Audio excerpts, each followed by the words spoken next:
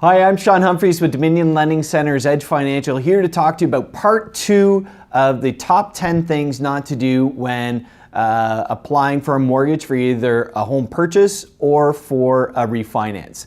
So part 1 can be found in the show notes below. You can check that out and watch part 1.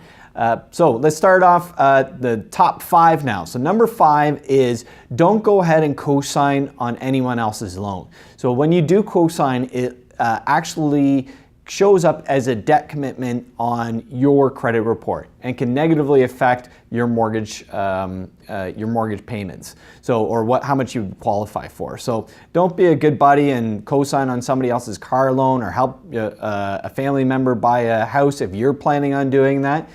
You only have so much debt commitment that you can take on, and making sure that you've got that, especially if you're buying something that's at the top of your price range.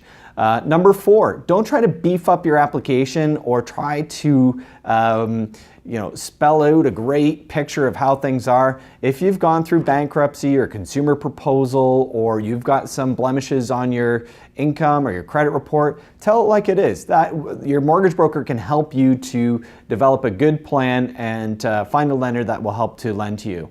Don't try to weave the best possible story. Tell it how it is, and that we're on your side. Number 3, don't close out existing credit cards. Now this might sound counterintuitive because, well, you've got less money to borrow. The banks must look at that as, well, that's a positive. You can't take out any more money. But actually, your longest serving credit card actually is doing the most work for you. So don't go and close it. Just cut it up and stop using it. But you want to banks want to see that you've got a long history of being able to pay off debt and that you've got cards and credit lines that have been open for a long time.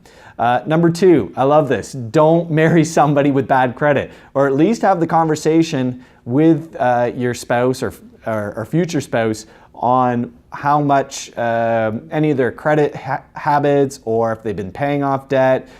You want to have that conversation because they can negatively impact how much you can afford when you're married to them. So money is a big issue in a lot of marriages, so make sure you have those conversations up front, because it can certainly delay or put you into a different home that you may not have your eyes out as you're getting married. And number 1, don't forget to get a pre-approval. With all the changes that are happening in the mortgage industry, you want to make sure that you are applying for a mortgage pre-approval. You understand your situation, and don't just let somebody at the bank just say, oh yeah, you make this much money, yeah, you could be approved for this much. Make sure you're going in depth and really understanding what those credit, what your credit situation is, what your income is. Go through it with your mortgage broker and make sure that you fully understand and you are pre-approved. I'm Sean Humphries at Dominion Lending Center's Edge Financial. That's been the top 10 reasons or things not to do when applying for a mortgage. You can reach me at seanhumphries.ca, and I hope I can help. Talk to you soon.